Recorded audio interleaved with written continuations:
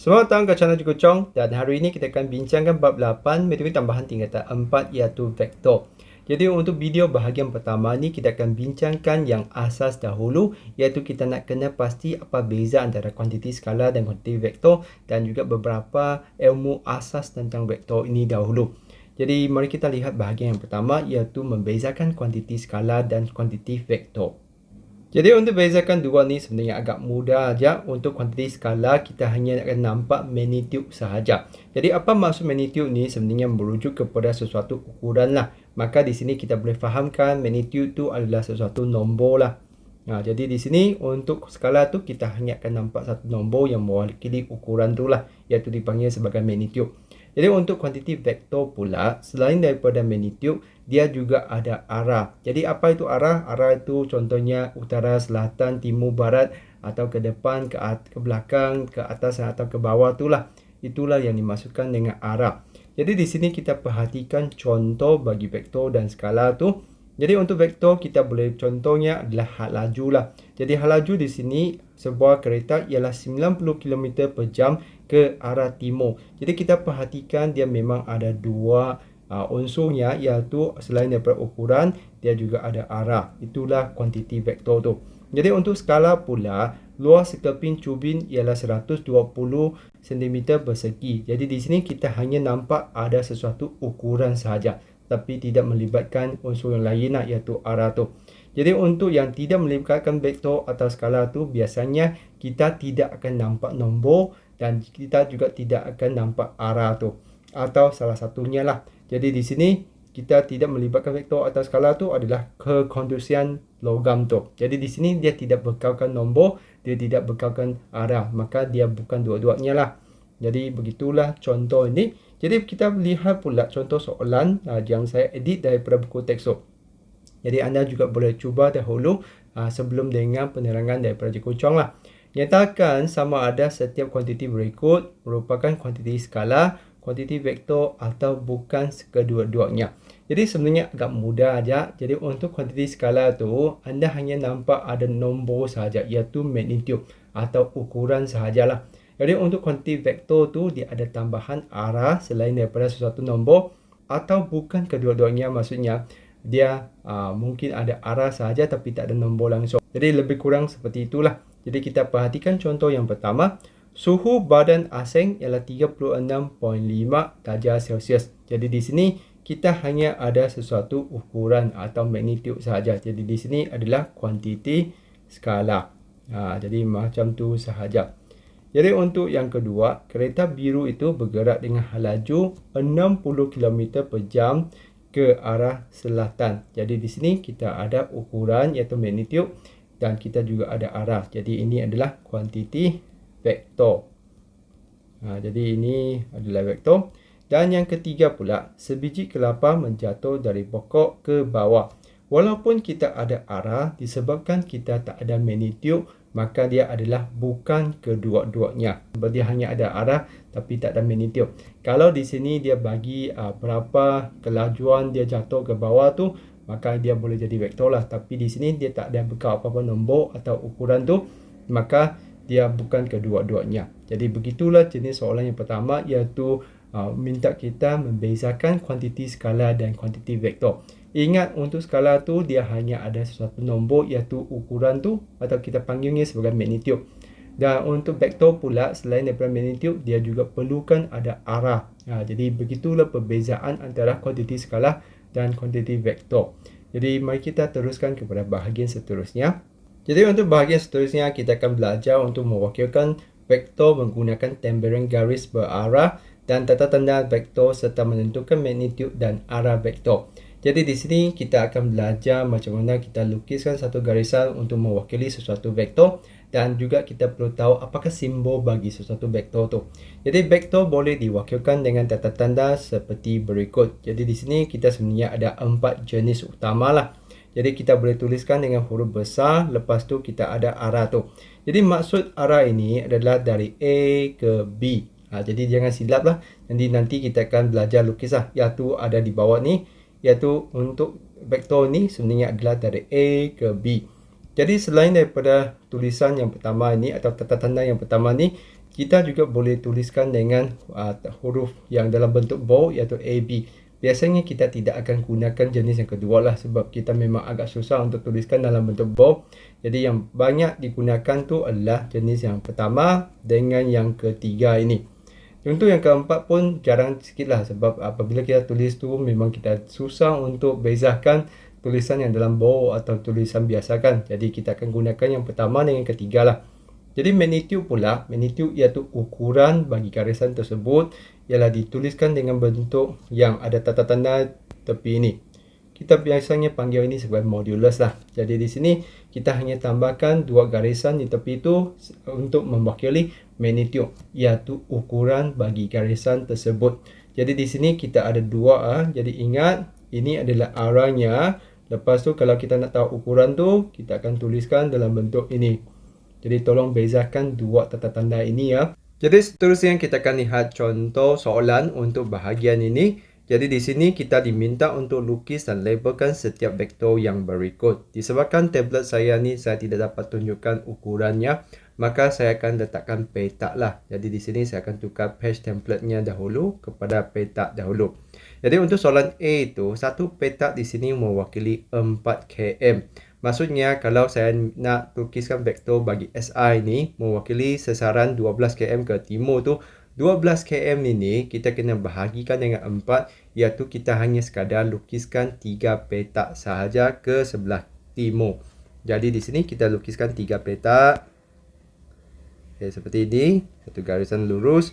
Selepas tu kita perlu labelkan kita punya S dan A. Dan dia adalah dari S ke A dengan arah seperti ini. Jadi itulah soal jawapan bagi A itu. Jadi satu petak di sini mewakili 4 km lah. Jadi 3 petak tu jadi 12 km dan ke arah timur. Jadi sekarang kita lihat pula soalan B. Vektor P ni mewakili daya 7N ke selatan. Jadi untuk soalan B itu kita ada skala satu petak ni mewakili 1N. Maka kita perlu lukiskan 7 petak menghala ke selatan. Jadi kita lukiskan satu garisan lurus yang 7 petak dahulu. Okey, jadi ada 7 petak sudah. Okey, lepas tu kita perlu lukiskan arah tu ke selatan dan kita labelkan kita punya vektor dengan gunakan P dan satu gelombang di bawah tu. Jadi itulah untuk soalan B. Jadi kita ada 7 petak sebab satu petak ni mewakili 1N. Jadi untuk soalan C pula, kita ada vektor A mewakili laju 70 meter per saat ke kiri.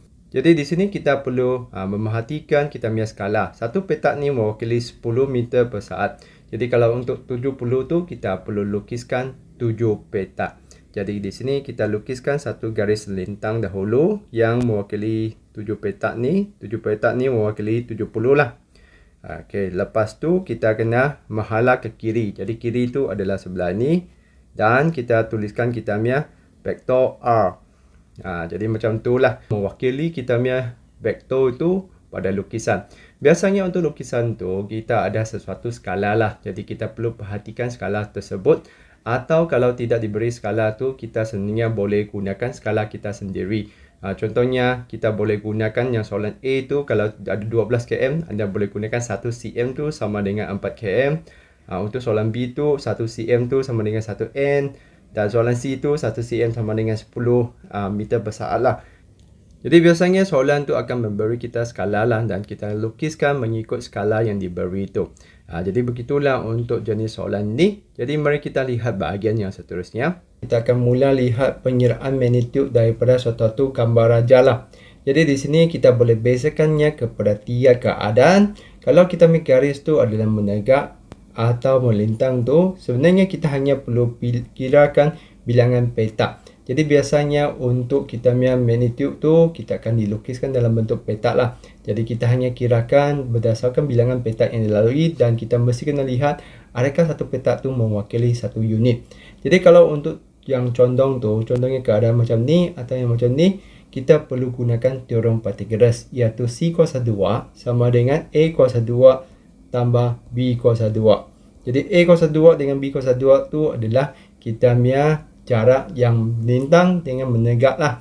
Jadi kalau anda sudah lupa teorem Pythagoras tu, sila ulang kaji balik bab 13 tingkatan 1. Jadi begitulah untuk 3 jenis yang utama ni. Jadi seterusnya kita akan cuba jawab soalan untuk bahagian ni. Tentukan magnitude bagi setiap vektor berikut. Jadi kita perhatikan soalan ni memang dalam bentuk gambar rajam dan setiap petak ni memang mewakili satu unit. Jadi untuk keadaan yang menegak atau melintang tu, kita hanya kirakan bilangan petak tu lah. Jadi di sini 1, 2, 3, 4. Jadi untuk kita punya magnitude AB tu hanya ada 4 unit sahaja sebab dia ada 4 petak di sana. Jadi macam tu. Untuk BC, untuk yang soalan B, kita punya magnitude bagi CD sama juga disebabkan dia adalah melintang. Kita hanya kirakan bilangan petak.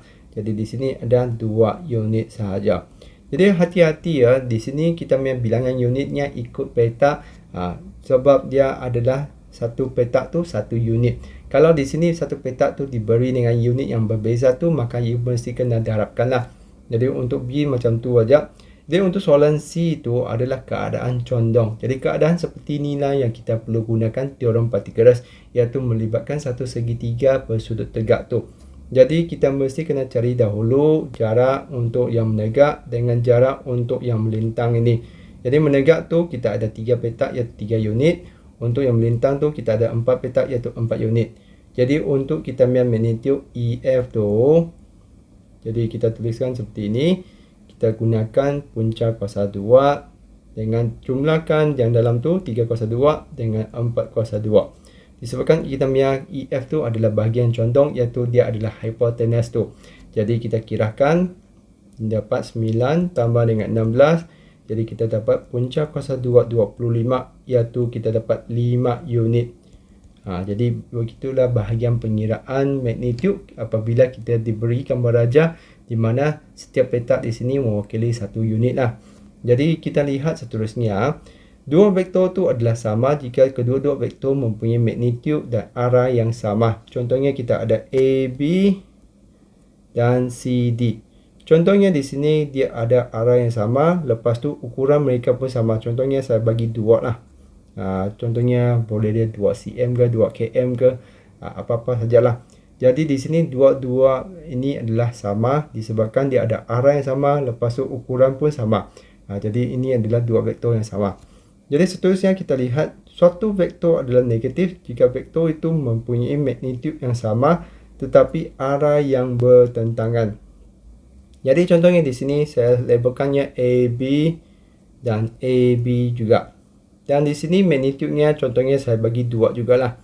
Sebab dia mempunyai ukuran atau magnitude yang sama tapi arah yang berbeza. Jadi AB macam ni, ini satu macam ni.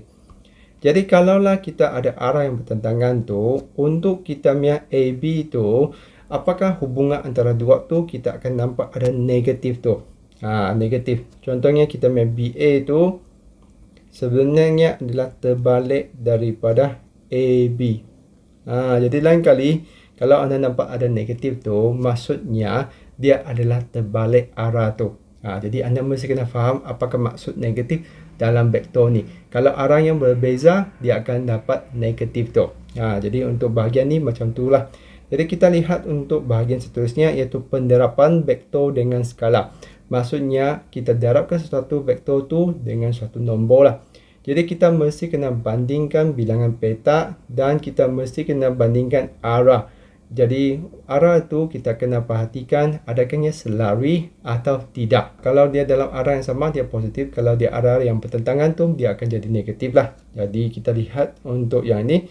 Jadi contohnya kita ada vektor A di sini. Jadi kita sebenarnya boleh tuliskan kita punya AB dengan CD tu dalam bentuk A ni.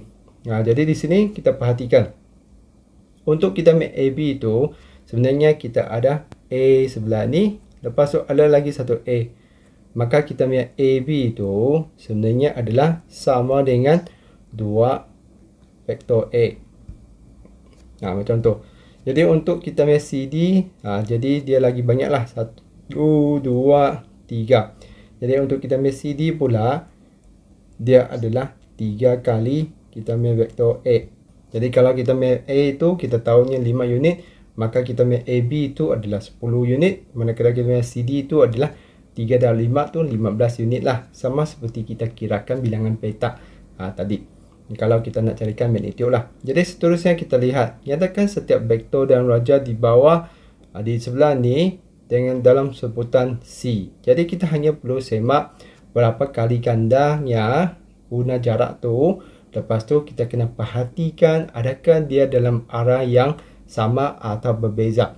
Kalau arah yang sama tu positif, kalau arah yang berbeza tu dia akan jadi negatif lah. Jadi kita perhatikan untuk kita punya SR tu. Jadi SR tu adalah berapa petak tu kita boleh kirakan lah. 1, 2, 3, 4, 5. 1, 2, 3, 4, 5.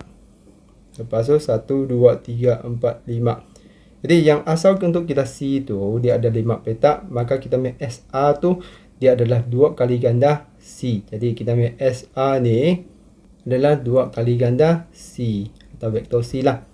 Untuk kita punya QP sama juga. Okey, kita perhatikan. Cuba kirakan 1, 2, 3, 4, 5. 1, 2, 3, 4, 5. 1, 2, 3, 4, 5. Jadi kita punya QP itu adalah 3 kali ganda vektor C. Jadi untuk LM pula kita perhatikan arahnya adalah berbeza. Maka kita akan tuliskan dalam bentuk negatif. Lepas tu kita perhatikan berapa kali ganda. 1, 2, 3, 4, 5. 1, 2, 3, 4, 5. Jadi dia 2 kali ganda C. Jadi 2 vektor C. Jadi di sini sebenarnya agak mudah aja. Kita hanya perhatikan berapa kali ganda bilangan petak tu mengikut C. Dan hanya perlu semak arahnya. Kalau pada arah yang sama tu dia akan jadi positif. Manakala untuk yang arah yang berbeza tu dia akan jadi negatif lah. Jadi begitulah untuk bahagian pertama ini di mana kita belajar membezakan kuantiti skalar dan kuantiti vektor. Selepas tu kita juga belajar macam mana kita wakilkan sesuatu vektor tu dalam bentuk garisan atau tempelan garisan tu dan macam mana kita tuliskan tata tanda vektor tu. Selepas tu kita juga kirakan magnitude bagi sesuatu vektor. Ingat kalau dia menegak atau melintang kita hanya kirakan bilangan petak. Lepas tu untuk yang condong tu kita perlu gunakan teorem Pythagoras. Dan bahagian terakhir sekali macam mana kita wakilkan sesuatu vektor tu dengan vektor yang satu lagi tu. Kita hanya perlu perhatikan dua benda iaitu bilangan kali ganda panjangnya. Lepas tu kita kena semak adakahnya dalam arah yang sama atau arah yang berbeza. Kalau arah yang sama tu dia adalah positif. Kalau arah yang berbeza tu dia adalah dalam bentuk negatif. Jadi begitulah untuk pengalaman asas bagi bab 8 ini vektor. Jadi kalau rasa video Cik Kucong ni membantu, jangan lupa untuk tekan like dan subscribe. Jadi untuk bahagian kedua saya baru akan bincangkan lagi tentang macam mana kita gunakan ilmu daripada asas ni untuk selesaikan soalan yang lebih rumit lah. Jadi begitu saja untuk video kali ini. Sekian, terima kasih. Kita jumpa lagi.